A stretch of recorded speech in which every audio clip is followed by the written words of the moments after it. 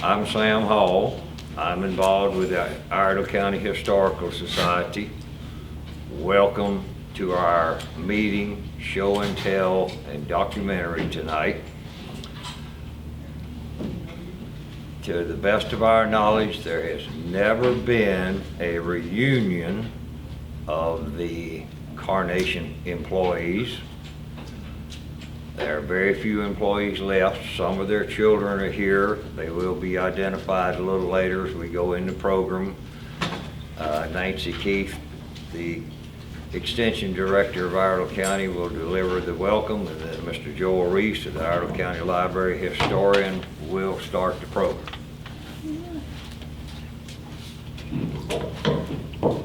Thank you, Sam.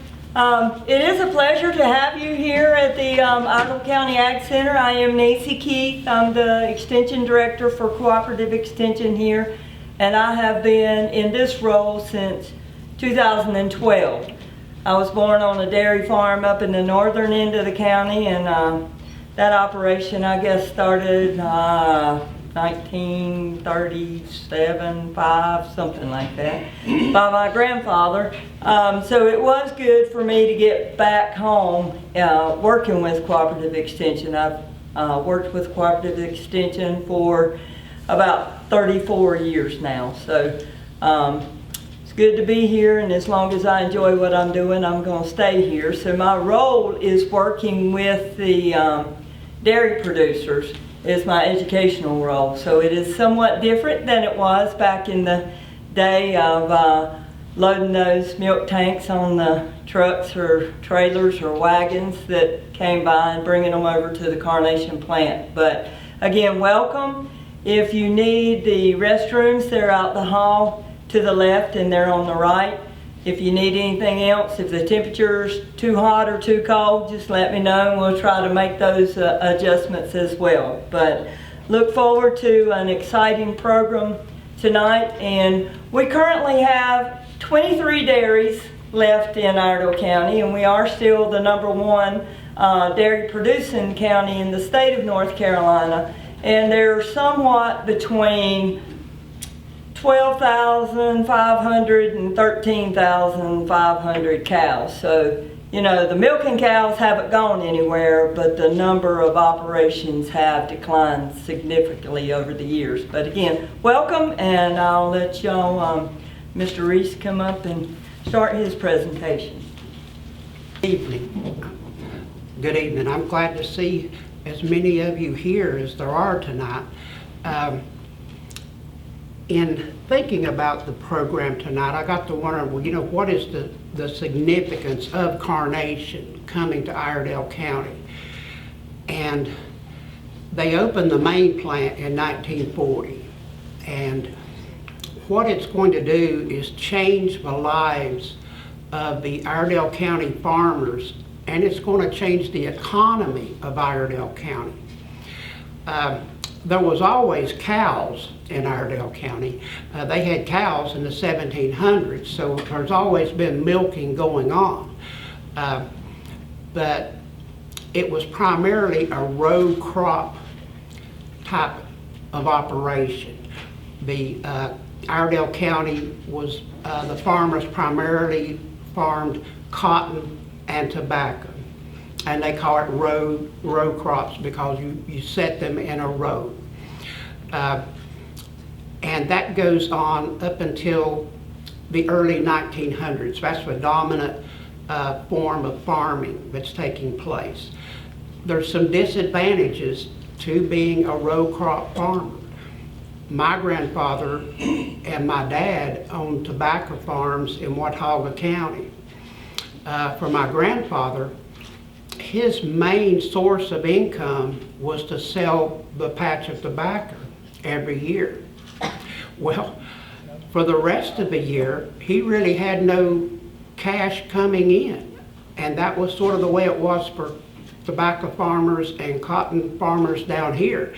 You sold your crop, and then that money basically had to last you all year round. And they, of course, they were able to make it. My grandfather, you know, they put out a huge garden. They raised a couple of hogs and butchered them every year. So they were pretty self-sustaining. The only challenge was just making sure you had enough cash to pay your county taxes at the end of the year. But again, you were basically cash poor for most of the year. You didn't have money to buy things with. And Carnation is going to change all that. When they come in and set up, suddenly farmers now can get a milk cow and sell milk every week to Carnation. Carnation pays, I think it's every 2 weeks, they issue a check to these farmers for what they've sold in milk. So now you've got a cash influx coming in every 2 weeks, and it's steady. You have steady money coming in. You really can't. How do you plan to buy or buy on credit if you have no influx of cash coming in regularly? So now they've got a check coming in all year round. And of course, the first thing they did was even the small farmers that had one milk cow immediately went out and got another. And then they got more and more. And so the agricultural agents, encouraged them to do away with some of their row crops and plant those into pastures to have grass to graze cattle on and start moving over into a dairy industry. Now, this actually goes back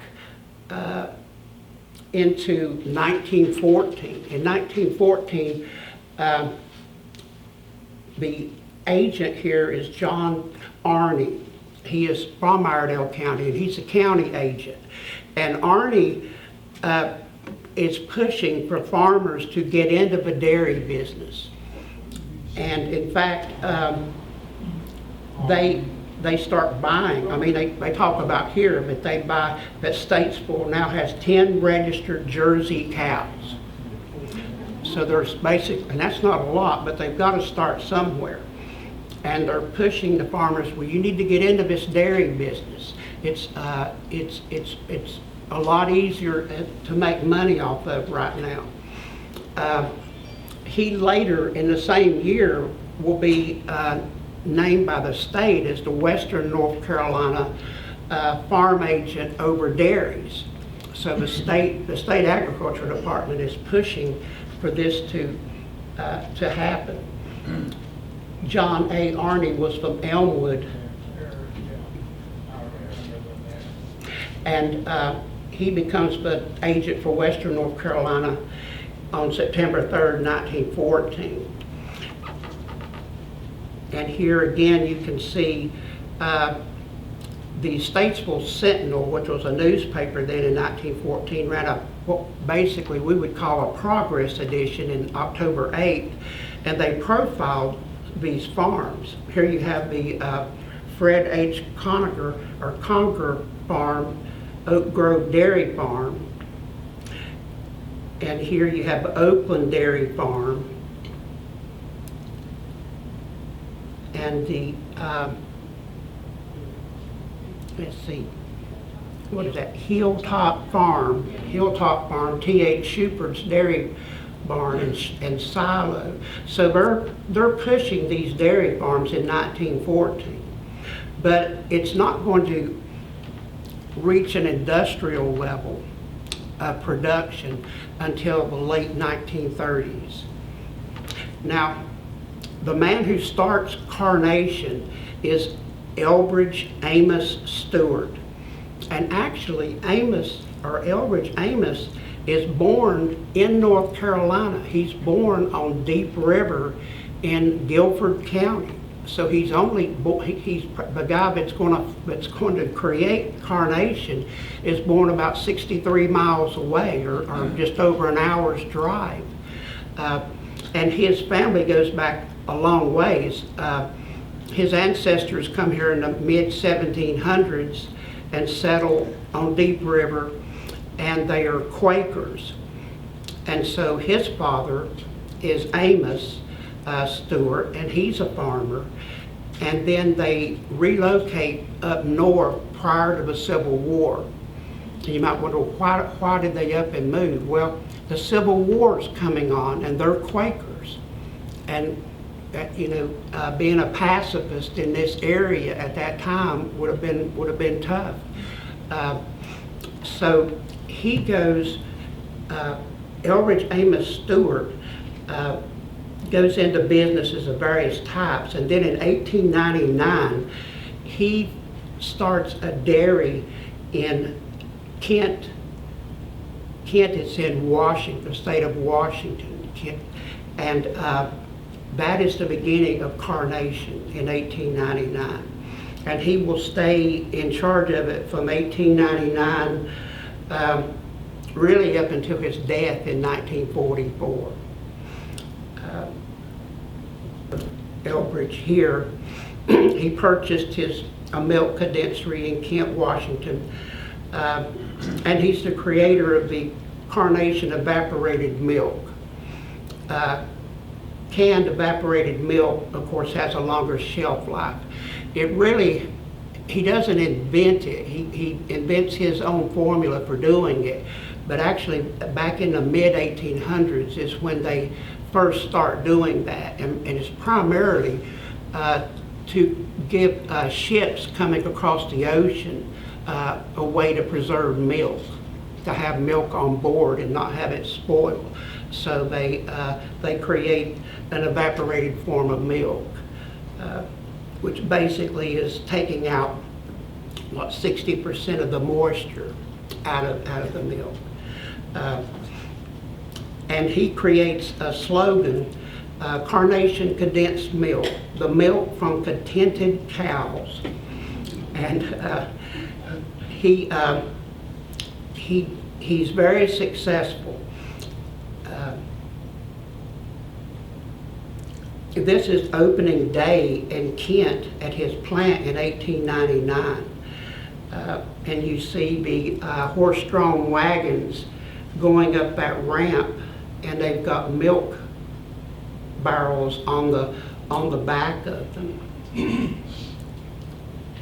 Now,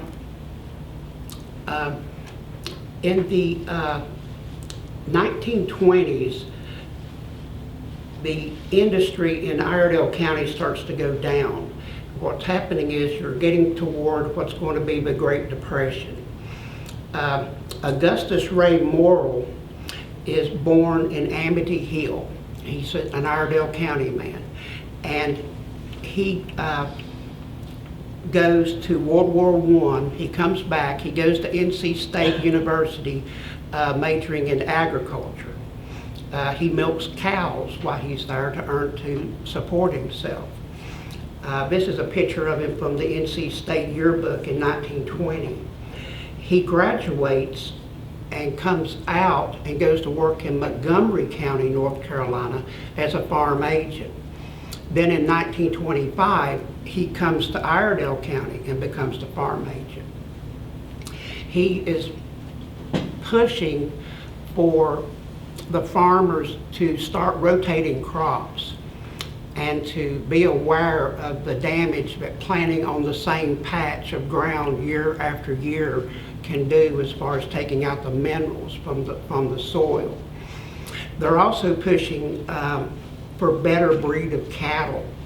In fact, in 1918, I believe it is, the county agent and some more officials actually have a mock trial in the Iredell County Courthouse, which is the one uptown now.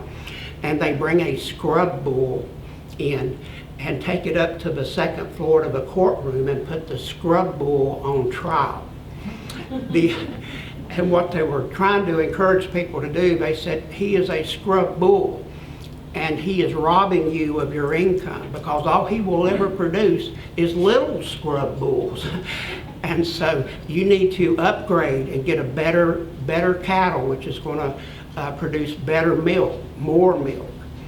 And so Morrill is pushing this as well as the county agent from 1925 on.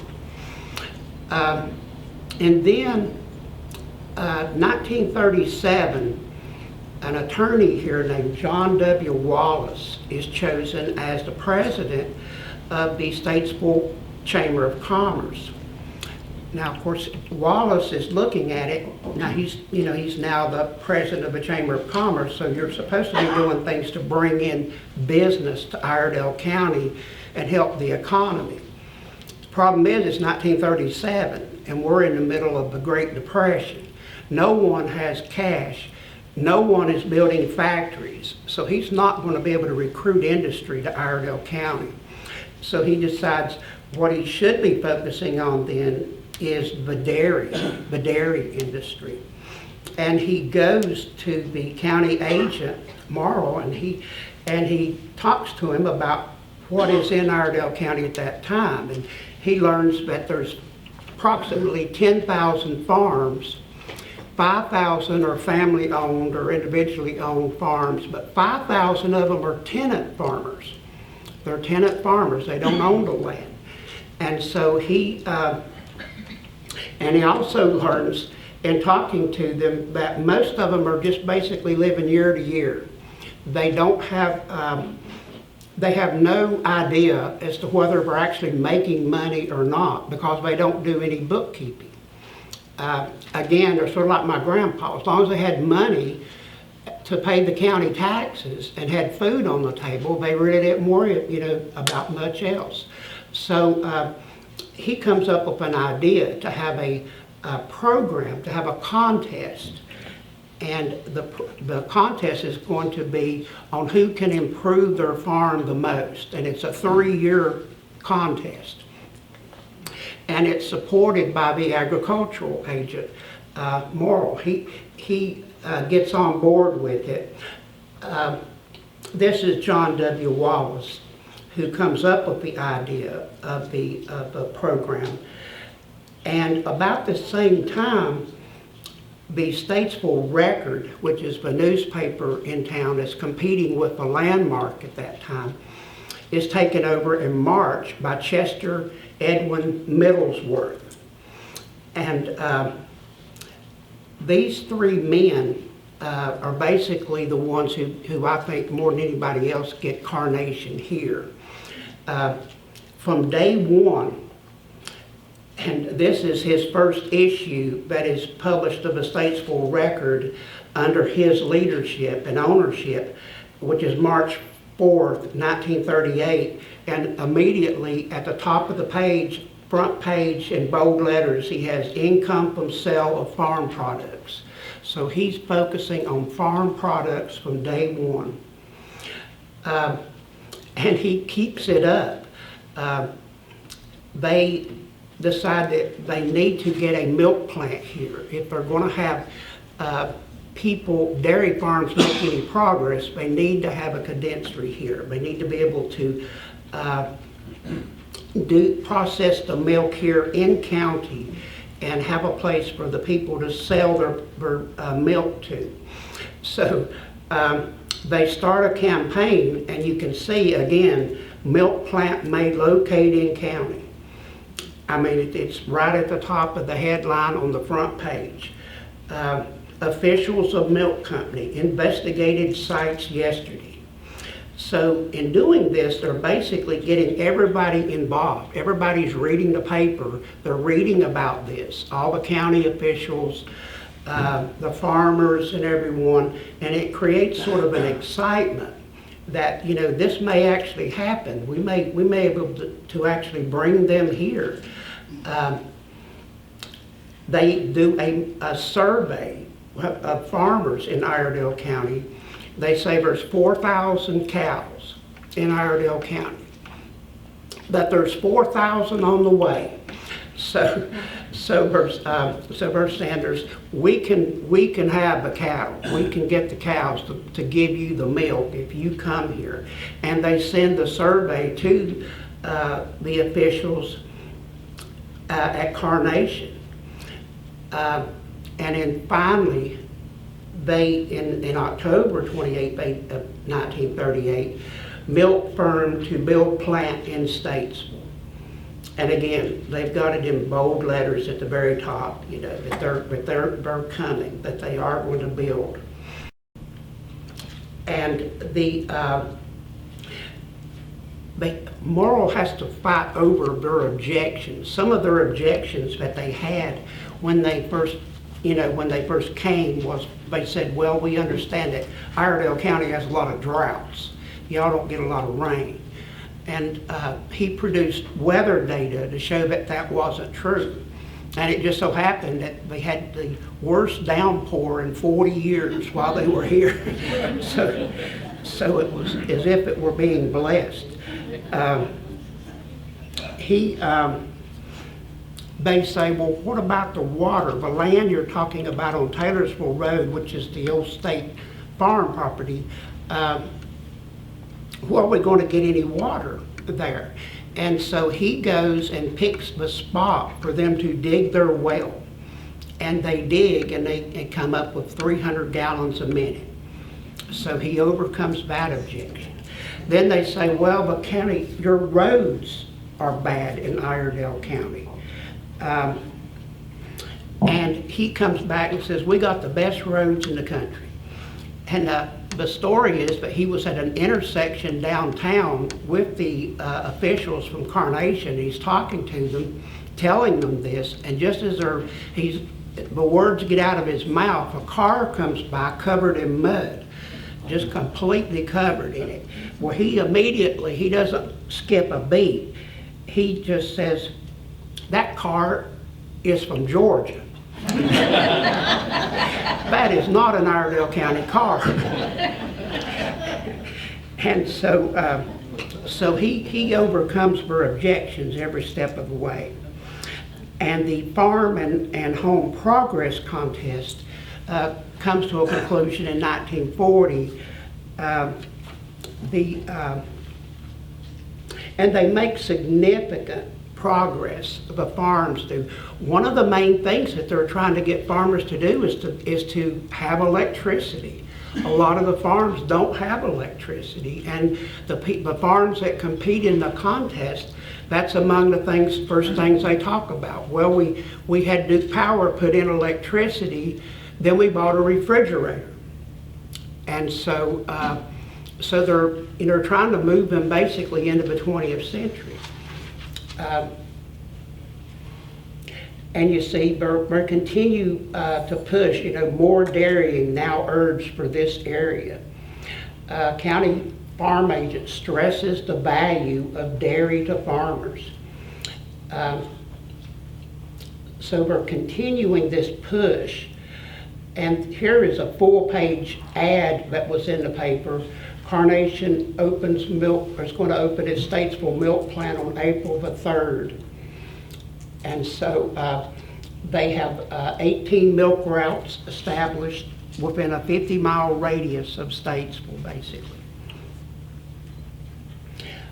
And then they announced the farm contest winners. And the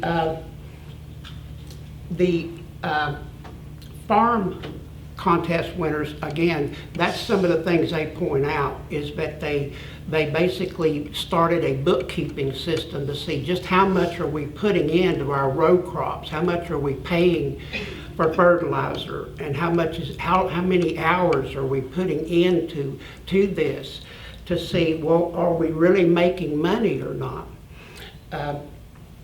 And Carnation comes, and the company is successful almost from the very beginning. You also see up our health board stops false epidemic rumors.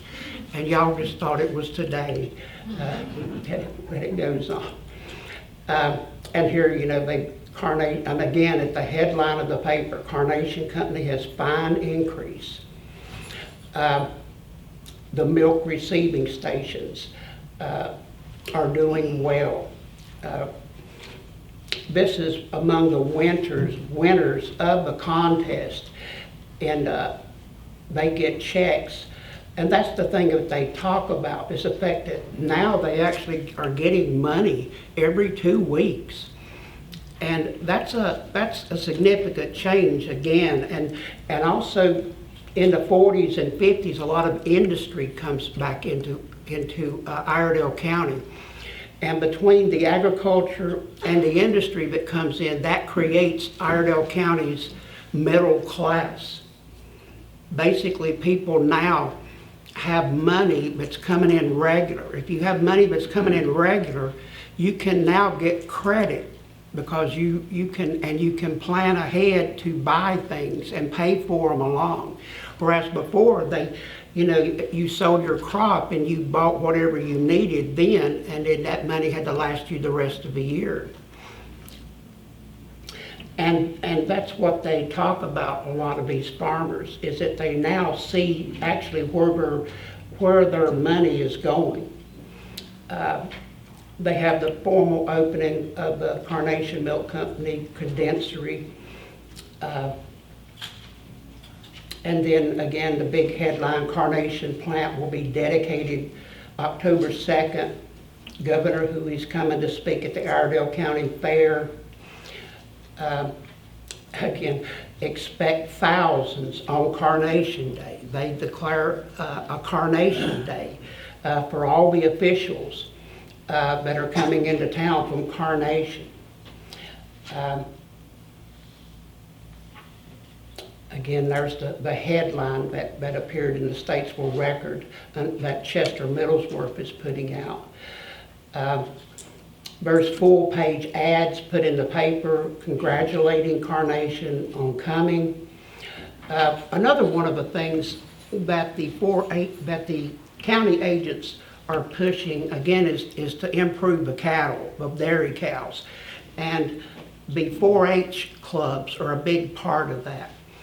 Here you've got Max Culp of Iredell with a cab at the North Carolina State Fair in 1931. This was a picture of a cow. When Carnation goes to Kent, he also opens his own dairy farm, and he's very into getting better and better breed of cattle, to have better dairy cows. And they have the world champion cow at the Carnation farm in Wisconsin. It is not just another cow. Her record of 38,606.6 pounds of milk, 17.2 pounds of butter for 1 year equals the production of 9 average cows.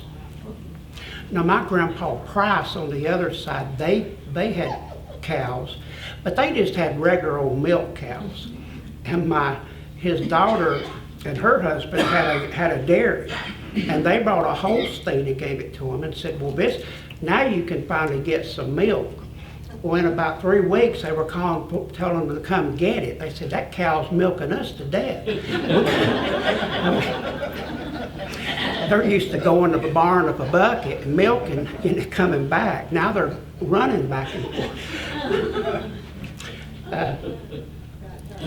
Here is the plant once it opens up. They have an orchestra there for the grand opening. They claim they have the largest milk can in the world on site.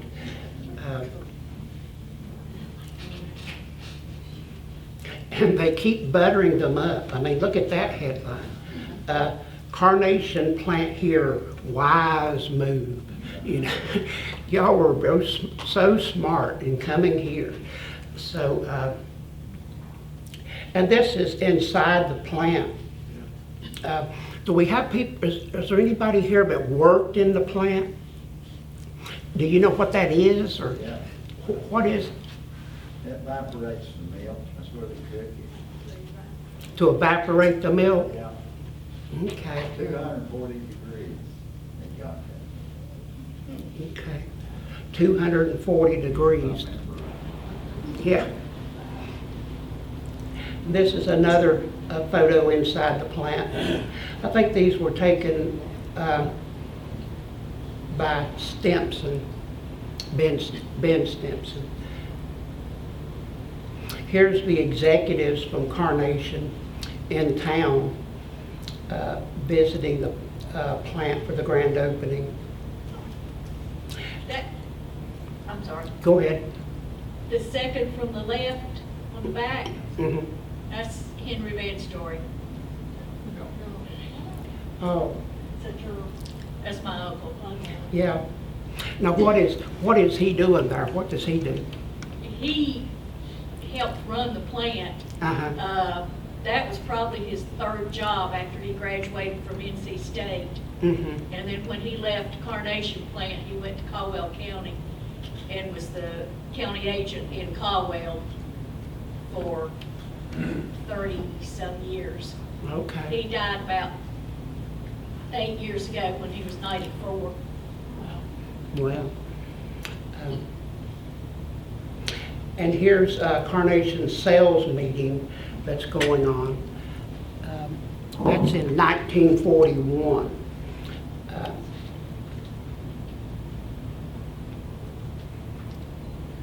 And this is another, this was taken from a publication. It was an agricultural and industrial survey put out about Iredell County and Alexander County in 1942.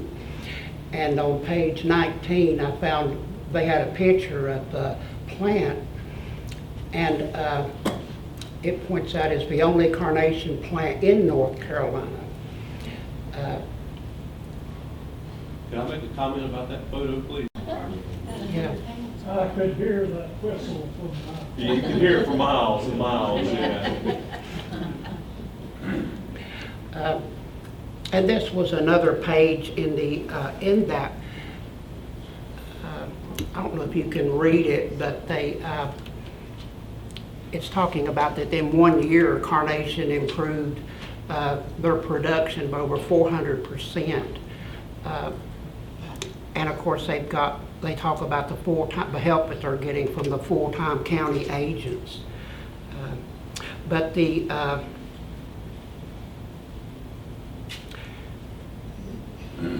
by that point, it's saying that 60% of the farms in Iredell County are now privately owned or family owned. This is, well, let me go back. This is another picture of it here that was taken by Almond. He was another photographer that was located in Statesville. This is around 1945. They have what is called the Dairyland Festival in 1952. It's a big deal. They have a parade downtown. Here you see somebody riding a cow down through town on Center Street, going past the old commercial bank building. They're right at the courthouse right there.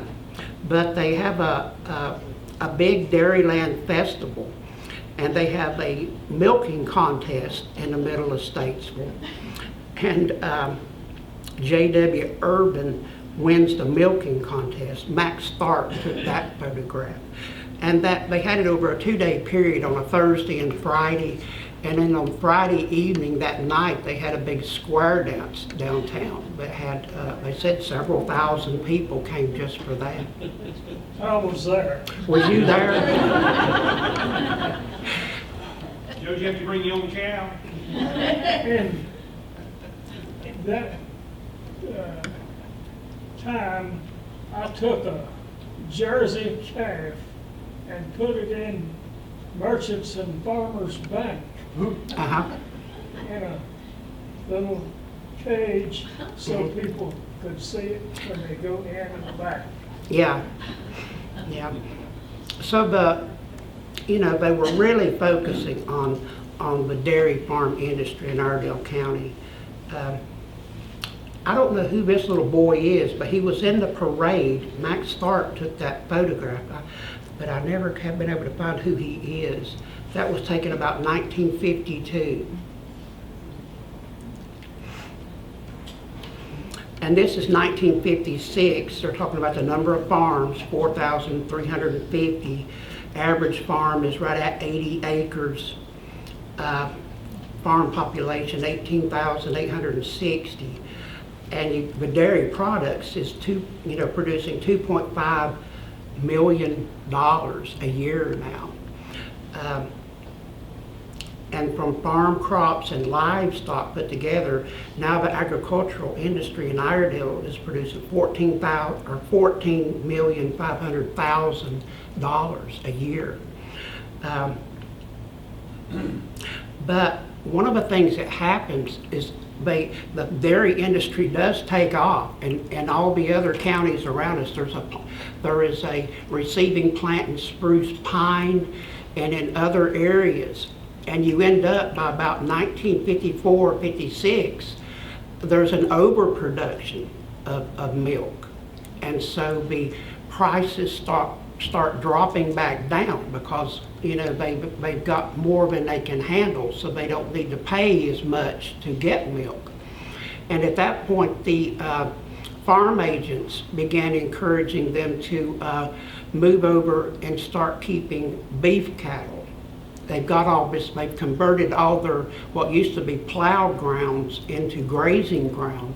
So they say, well, you need to start raising beef cattle and selling beef cattle every year. So Hereford and other beef type cattle are becoming into the area. And June is dairy month, and of course that's why we're having this in June. Does anybody know any of these guys? This is 7 brothers, 7 dairy farms in Iredell County, and this is 1964. The Cartners. Yeah.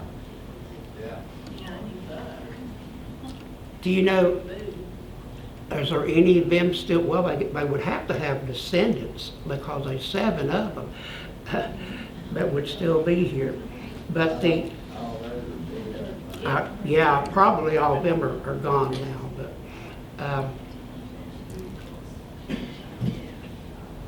and this was uptown in 1977.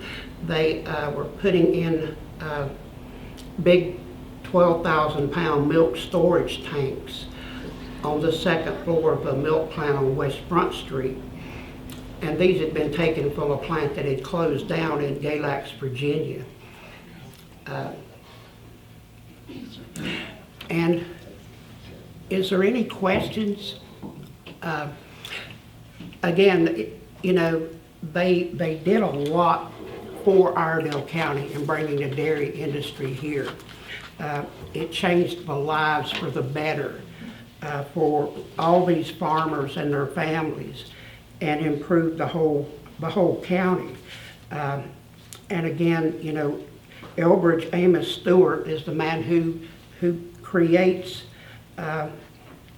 Carnation in 1899, and he is from Guilford County. And you go back again to the farm agents, John A. Arney, Augustus Ray Morrill. These people are the ones who had the foresight to see that the dairy industry could be successful even during the Depression, basically. I have a question. Mhm. What year did they stop production and close it?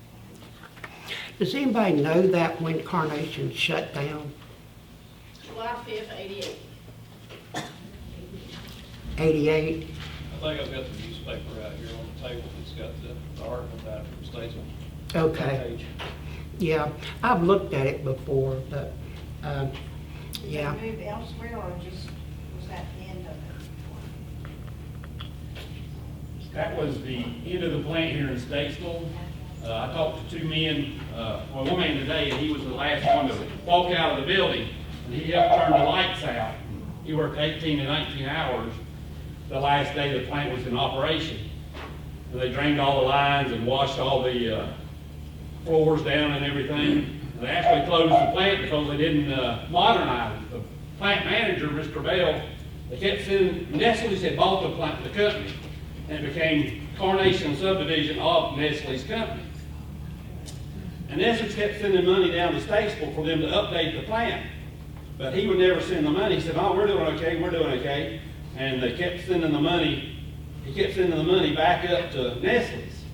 Well, so finally some Nestle's officials came down here and walked through the plant, and it was so outdated that, and the producers were going on, more people were going to grade A and less people were doing grade C. That was one of the main reasons they closed the plant, because there was so much hand operations going on in the plant.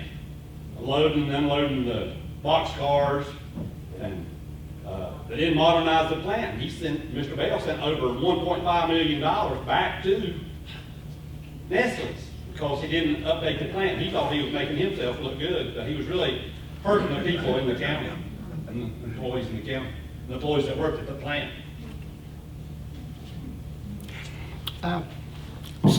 Steve, do you want to bring up your flash drive? Steve Hill's. It's laying up there. Okay. Okay. It's different. You got to cool your milk. You got to have your cows tested.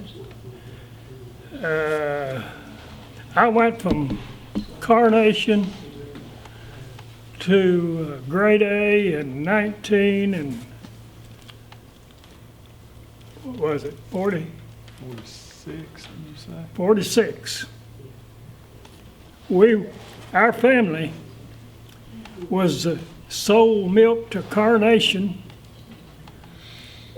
when it opened, the first day. Fred Morrison hauled the milk. Later on, M.C. Wooten hauled the milk, 8-gallon cans, rolled it to the road in a wheelbarrow. They picked it up at the mailbox. I'm just 94 years old. I remember all this.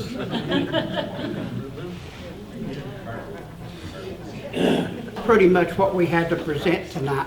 Is there anyone else that's got any memories? Did you have ancestors that worked in the plants? My dad worked there, 1949 to 1961 at Statesville plant. We come from Clarksburg, West Virginia. He worked there for Carnation, was transferred here. He was assistant superintendent there at the Statesville plant. Your daddy's David name? McDaniel. Your daddy's name, please. David McDaniel, Senior. How many people worked at the peak for that, in that plant, do you think? Was it around 50? I'm just a little boy. That's what I thought, you know, but I figured it's probably around 50 people that actually worked there. They work 7 days a week. Because cows don't quit giving milk on Saturday and Sunday. One of the things that I remember about it there when I was a kid was that there was a guy inside where they unloaded the 8 and 10 gallon milk cans on the little gravity rollers there that went inside and went around.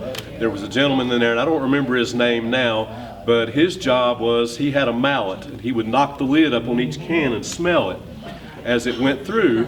And, you know, if anything smelled spoiled or too oniony or something like that, you know, they pushed it out to the side. But, you know, I remember him with that mallet would knock the lid up on the milk cans and smell the can. You're wrong about the onions. They would take onion They milk. took that, It would cook it out, yeah. but they wouldn't take sour milk. No, not sour milk. They could smell it and tell if it was sour. How many mothers in here fed their babies Carnation milk formula? You made it at home yourself. I was raised. I was too. Yeah, Superior Dairy wouldn't take the milk because it smelled like onions, Carnation would. Yeah, cow could eat wild onions and you could sell the milk. Yeah. Yeah. To the Carnation Company for 18 years. And occasionally I would go with him on the milk route. And of course, a friend over there that he knew for a long time, and I knew him part-time. I know some men like to say flattering words to the ladies, and the ladies like it too, most of them. But anyway, this particular morning that I went with my husband, Mr. Ray Sharp came out to the truck, and he looked in the truck there, and he said, "Well, Rex, I didn't know you was going to bring your daughter with you today." And he didn't know that I was older than my husband. Ladies and gentlemen, if I may have your attention, I will admit in public I have made a uh-oh tonight, but I'll excuse myself with convenient amnesia. There are two very important persons here that I should have recognized much earlier. One is Mr. Sean Eccles. He is videoing this program, and with Joel's assistance, he's going to make a documentary out of this program. Another person that I should have recognized earlier is Donna Swicegood. That lady ran a superb front page. Joel did the article, I just scheduled it, so. You represent the paper and you're here tonight, and it was Exactly. fabulous and beyond expectations. Now, the question was asked a few minutes ago, how much did an 8-gallon can of milk weigh? Just the milk. A gallon of milk is 8.6 pounds, and that 8-gallon can, just the liquid milk, is 68.8 pounds. Now, the can vary some. I'm going to guess the can 17 to 19 pounds, so you're getting real close to 100 pounds. Now, that big 10-gallon can sitting out there that's from Massachusetts, and how it got here, I don't know. That thing full is about 119 pounds. And you heard reference to the Miller family.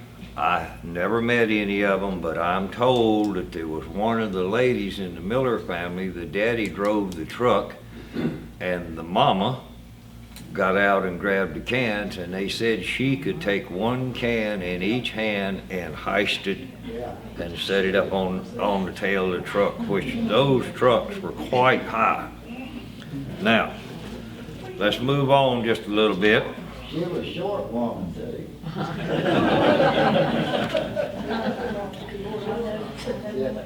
Our next speaker is Mr. Joe Cloninger. Is there anything you want to add to your? I'll try to.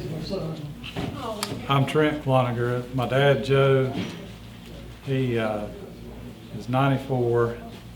I sold milk to the first day Carnation bought milk. And he wanted me to tell you a little bit about the beginnings of the company. They couldn't build a complete plant and have all this milk ready to go all at once. So when they very first started, it was basically a receiving station. They brought milk in, and it went to another plant in Virginia. It may have been, I heard it mentioned a while ago, some of the tanks got moved from Virginia, so it may have been that plant. But they did that while they were building the plant, and to go ahead and get the milk flow started, get people lined up to produce more milk, so that when they did open the plant completely, they would have a good supply. Was that around 38 that it became a receiving? I guess around 1938 or so. Is that when it was just a receiving station? Yeah. That's when it started. A lot of people didn't have electricity. But like I said, they cooled their milk by drawing water up out of the well, put it in a barrel, and put the can in there, cool it, roll it to the road on the wheelbarrow. They picked it up at the mailbox. I remember it. I was very young at that time. And another family member worked in the plant. My dad's older brother, Frank, his first job outside the farm was unloading boxcar loads of new cans at the plant. They would, a complete boxcar full of cans, and they had a special fork. I guess the cans were new and open on one end, and they would stick that fork in and grab, I don't know how many at one time, Put it on the track. and put it on a track, and it rolled into the plant. Those come stacked in that railroad car. Yeah, They were stacked in there, they went in nothing, all the way to the ceiling. not, The fork half as wide as the railroad car there, and you get 2 rows at a time taking down that track. right, I've worked them a many a day. I'll tell you all about it. yeah. Does anybody know where the cans were cast? Where were they brought in from? They got on the boxcar, I don't know. Is there anything else trying to? Our next speaker, and by the way, if you would, when you speak, please identify yourself, because someday the next generation is want to know who was that person. Our next speaker is Betty Dobson. You heard reference to contented cows, and she's got a story to tell you. Well, this is a true story. I did not make it up. I mean, I would have, but it was true. When I was a child, my job was to go get the cows at night for Daddy to milk. Daddy had 6 girls, so we each had our jobs. I was about 6, 8 years old, and it was usually not very difficult. You just go out, you'd call the cows, "Suey!" And they'd come running. They knew what time it was. They knew they were going to get the sweet feed. They didn't care about that milking part, you know, so wasn't any problem. Well, there was one night Daddy was yelling at me because I couldn't find the cows. And I looked, and I looked, and I looked, and the farm was about 170 acres, and I swear to goodness, I looked over every inch of that 170 acres. There wasn't a cow on it. And I looked, and I went back, and I told Daddy, I said, the cows are not here. Well, youngin', what in the world's wrong with you? There's 100 cows out there, now go get them. Daddy, I swear, there's not a cow on this property. I promise you, there's not. He said, well, what in the world? My dad was a rather soft-spoken man. So we went walking around. Well, we found the fence was down on the back side, and the grass was beaten down. So we walked over there. Well, there was 100 cows in the creek, lapping up to beat the band. And I thought, now how could they possibly be that thirsty? We've got 3 creeks and a pond on our land. And Daddy said, well, that's all right, going back. I'll take care of this. I said, well, I'll help you. Going back, I'll handle this. I said, well, I'll help you get the cows. I said, go to the house. So I went to the house. Come find out, heard him talking to Mama later. Those cows smell mash. They tore down that fence. They went across the field. There was a patch of woods there. There's a little creek going down that patch of woods. Some industrious fella had made use of that creek, fairly fast running water. It was spring fed. So these cows smell that. And they thought, well, you know, we're not going to do better than that. So they just helped themselves. Well, Daddy finally had to come back and get me because he needed help.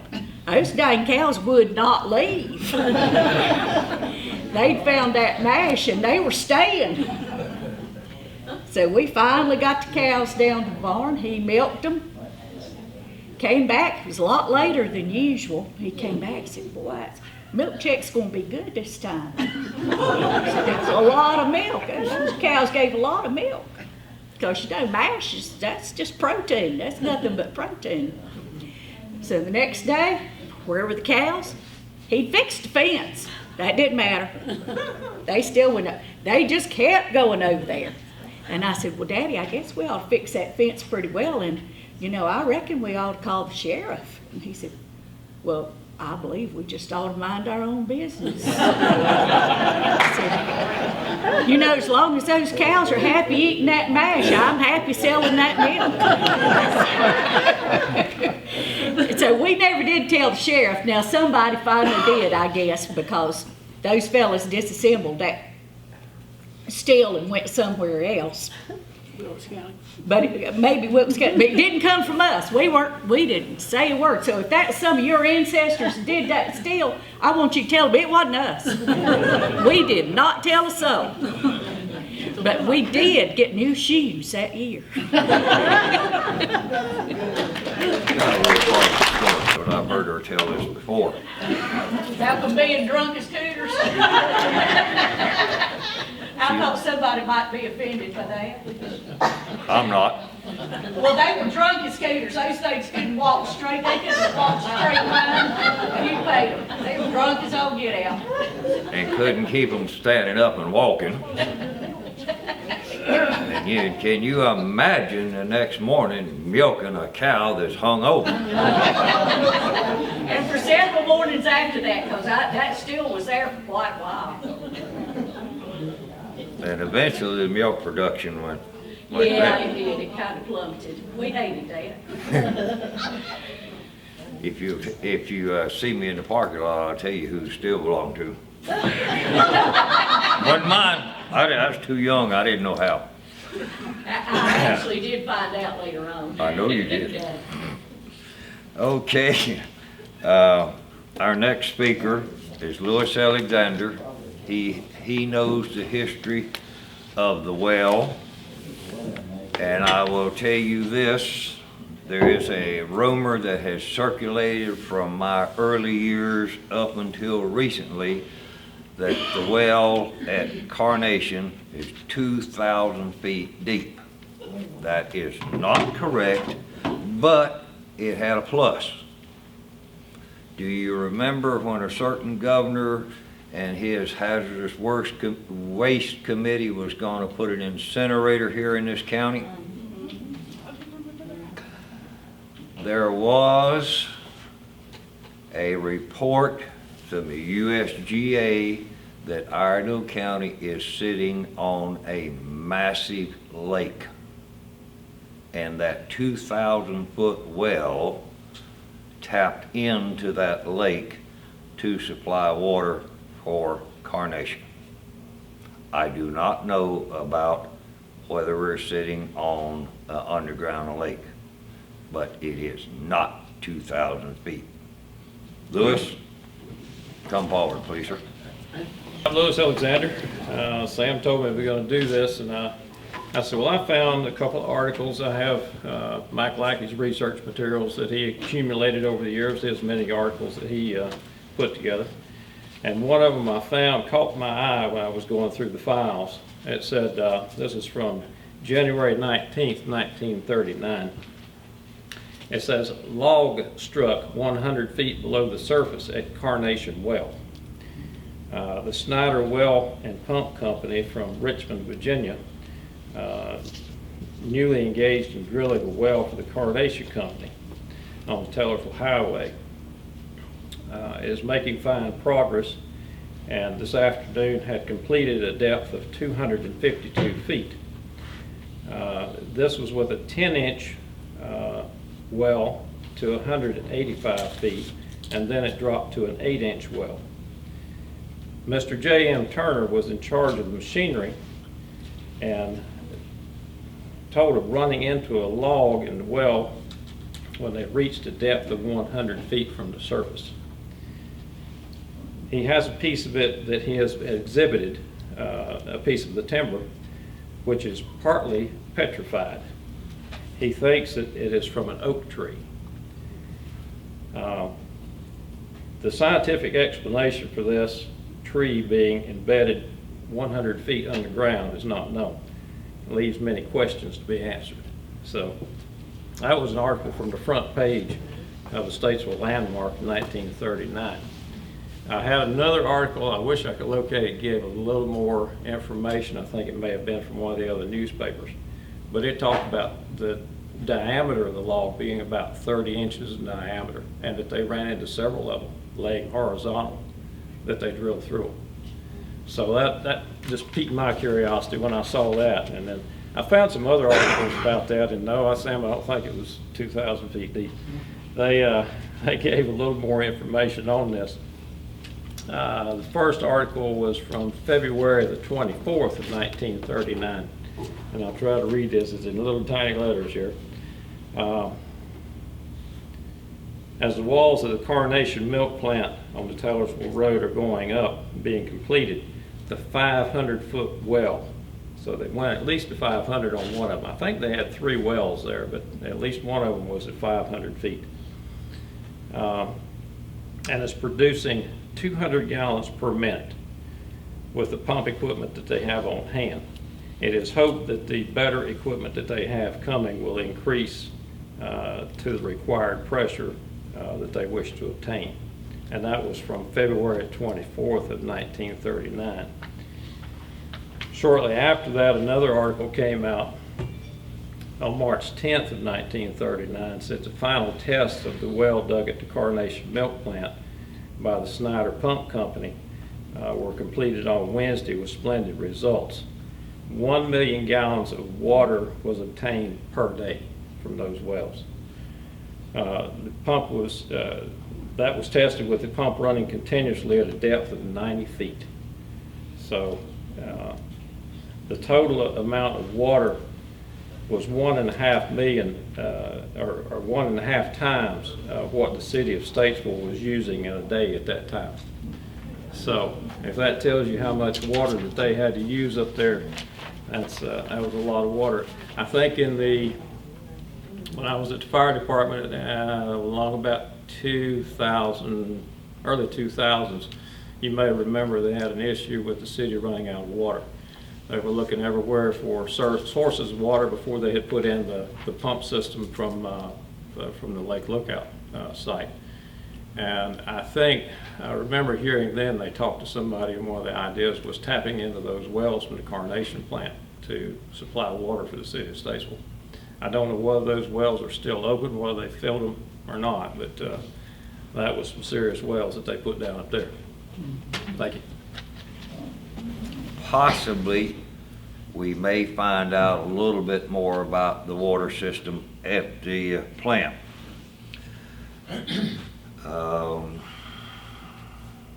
Is there anyone else in the audience that has anything they'd like to tell? Joe? There's two people that were as county agents that I wanted to voice my opinion. That knew dairy cattle, and that was Ray Marr and Howard Stamey. They knew dairy cattle and they promoted dairy cattle. Didn't make any difference what breed it was. What did you say that Howard, what was his last name? Howard Stamey, Oh, Ray Bob Marr. had Bob Stamey's father? Yes. Oh, okay. Anyone else? Thank you, Joe. Joe, I want to ask you a question. Did you or your family ever bottle milk and deliver it to customers in Statesville? No. Well, Phyllis back there lives close to the Reuben Coles farm, and Mr. Coles had yours. Yeah. Reuben bottled milk. Yes. There were several families. The Coles family bottled bottled milk. The Summers family off of Summers Farm Road bottled milk. The Ford family, Yeah. Wallace Springs Road, bottled milk. The Kennedys from Houstonville did theirs, and Morrison, Fourth Creek Dairy on Highway 115 out there. Correct. I was one of the first ones. There's some interesting events that happen with the home bottling. Now, the Coles family, they bottled their own milk and had their own route. And at Christmas time, they peddled chocolate milk. I don't know if any of the other dairies did. Tom Summers, who was raised on the Summers Farm Road and Dairy, told me several years ago that when he was a kid and ran his daddy's dairy home delivery route in Statesville, he said our competition would steal the bottles, and I did too. And the point being, you'd knock on the door, let the lady of the house know you were there with the milk that they had ordered, and he'd look down the street and see that somebody else's box was empty. The bottles were there, but there was no milk there. He said, we'd steal the bottles, knock on the door, and say, lady, your delivery man can't keep you supplied. I'll take over his route if you like. It happened.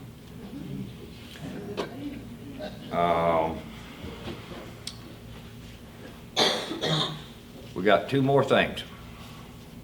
Sam, Sir. Robert Edmiston and his family in Mooresville bottled milk for many, many, many years. And I worked for Farm Credit, and he was one of the directors for Farm Credit during that time. R.S. Edmiston. Yes, sir. There were a lot of them around. They got their shares.